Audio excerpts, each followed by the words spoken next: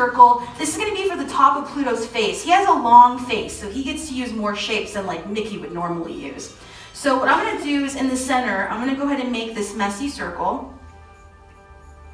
And this messy circle, you can see it's not perfect, right? It's got a lot of weird bumps and grooves to it. And I'm going to leave it like that because I'm going to show you that you can place a circle like that on your paper and you can still make your Pluto look good, okay? So what we're going to do is we're going to use our messy circle and we're going to put a line through it. So I'm going to go ahead and make this straight, very light line right through the center of my circle, sticking out of the bottom here like a lollipop.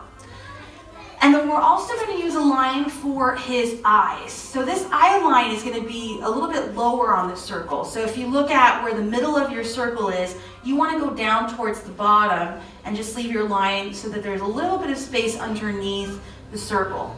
And then we're going to add in some ovals for Pluto's muzzle, where his nose will go. These are going to be some ovals that are tilting downward. You can make them about half the size of your circles. Like if you were to split your circle into two pieces, about that size is how wide or how big you want to make these ovals. This little space. But you don't want to go all the way up to the eye line. You want to go right between the ovals and leave some space between them from when you put this nose, because we're going to put some snout lines right above the nose. And those snout lines are going to help to make it look like his nose is coming towards us in a drawing. So we're going to use the very first dark lines to make this stay in place. So instead of using an eraser, which is why we don't have them, because we get too fixated on our messes and the things we don't like about our drawing when you have an eraser. But when you use a dark part of your pencil to make things stand out, you'll notice that they'll stand out more, and then the other stuff will fade away into your drawing the darker you make those lines. And that's how you can fix stuff in your sketch. That's how artists do it everywhere. Like any artist that I've ever seen ever make a design of a character, they all start off as a rough sketch like this because they can play around with the shapes and mold it and change it as they go. So what we'll do next is we'll add in those snout lines, and I'm going to put 3 right above the nose. So I'm going to add 1, it's about the length of the nose, and then the further back they get, the smaller they get a little bit shorter. So I'm going to add in 1 that's just a little bit shorter than that. And then the smallest one of 3 should be pretty much around that eye line. This rainbow that we have, that snout line, go ahead and add in these, almost looks like candy canes even. I would consider them a candy cane more than a C-shaped curve. So I'm just adding in these little candy canes on both sides of his face. And inside of those little candy canes, we're going to add another candy cane. But the hook of the candy cane is going to be the only part that goes inside of the one that we just drew for his cheek here. The rest of the candy cane is going to follow the same line as your ovals for his muzzle. So I'm just adding in that hook sitting right inside of the cheek, and then the rest of the candy cane just follows the ovals.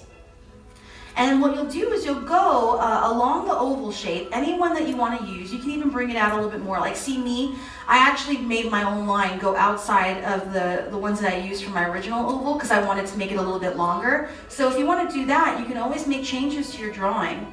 And then what I'm going to do is go underneath the nose, and I'm going to connect my 2 ovals together at the bottom with this bridge. And that bridge is going to help give us the shape of the muzzle that we need for Pluto. And go from the inside parts of the corners of his mouth, and you're going to very lightly, I'm talking as light as you can possibly go. Only you really need to see this line. And you're going to bring these 2 lines down and connect them to a letter U right underneath the muzzle. And then we're going to do this once more, but this time we're going to use the outside of the cheek. So where the cheek is connecting to his muzzle, right at the bottom here, you're going to use that little space, and you're going to do the same thing. You're going to bring these lines down, and you're going to connect them into another letter U underneath the one that we drew. So now we have these 2 letter U's underneath his muzzle, and we're going to keep them light until we draw his tongue, and then we're going to darken in the parts that we want to keep. On one side of that middle construction line there, and I'm going to bring this candy cane right outside, just like that. And then right next to it, I'm going to put another one. So now we have the 2 sitting side by side. The second one that we drew, you want to continue that line and make a U-turn around the first one.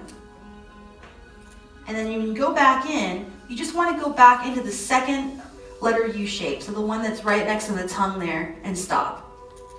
And so that way, it looks like that tongue is just resting inside of his mouth. You can go back and darken in the tongue, fill in the open space inside the mouth. Maybe if you want to just go a little bit lighter on your shading and just shade the tongue in, But really this is just you and the power of that pencil, the power of the pressure that you put down on the pencil. So if you put a little bit more pressure down, you're going to get a darker tone, obviously. And if you put less pressure, you're going to get that lighter tone. And that's how you can really make certain things look different, different types of texture, different types of colors, even though we're using the same type of shading. We're just showing that different things are different colors just by adding in that lighter or darker shading. You can even add in some spit, some drool. Looks like that. He's a dog after all, he drools. You know who his original owner was? You can shout it out if you know. Minnie. Very good, yeah. So Minnie was the original owner of Pluto, and that's when his name was Rover. And then eventually Mickey owned Pluto, and then his name was changed to Pluto. And coincidentally, around the time that his name was changed to Pluto is when the planet Pluto was discovered. But you know, that's been downgraded since. So into our character, and the eyes are very close together. This is a typical thing that you would see in our comedic characters, and Pluto is definitely a comedic character. So I'm going to add this letter V towards the top of my circle there.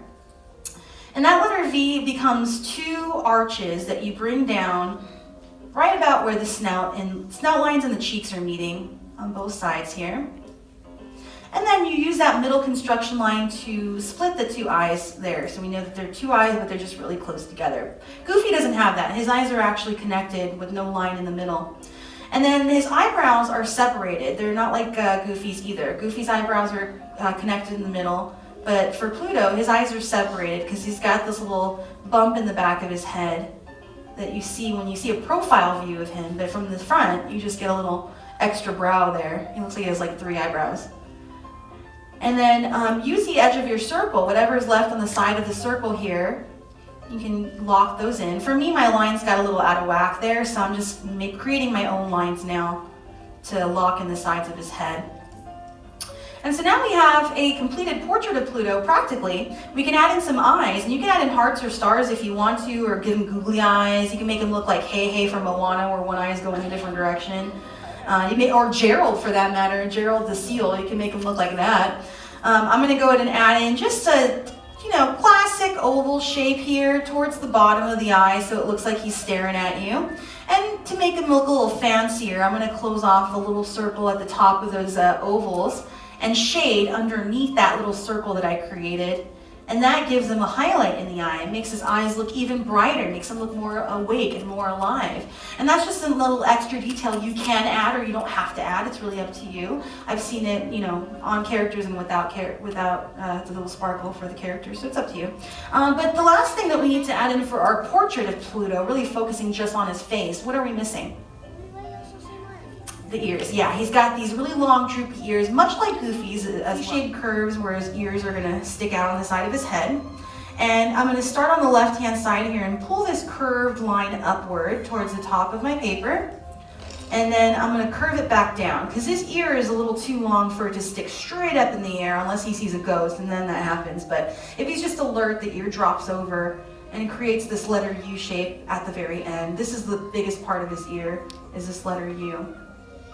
And then I go about halfway on this line on my letter U, so right about here, and I'm going to pull a line right back down and get closer to my original line so that the ear gets super skinny right on the side of his head. They can go inward, I've seen that too. It's really just artist preference, but for me I always like the ears to go the same direction.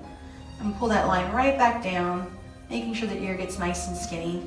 And I'm going to go back and use my outline to really just make any changes to the ears if I need to, but really lock them into place.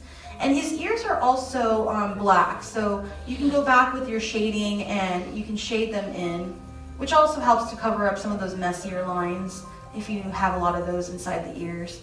Sure. So be sure to find a spot somewhere next to Pluto and sign your name nice and proud.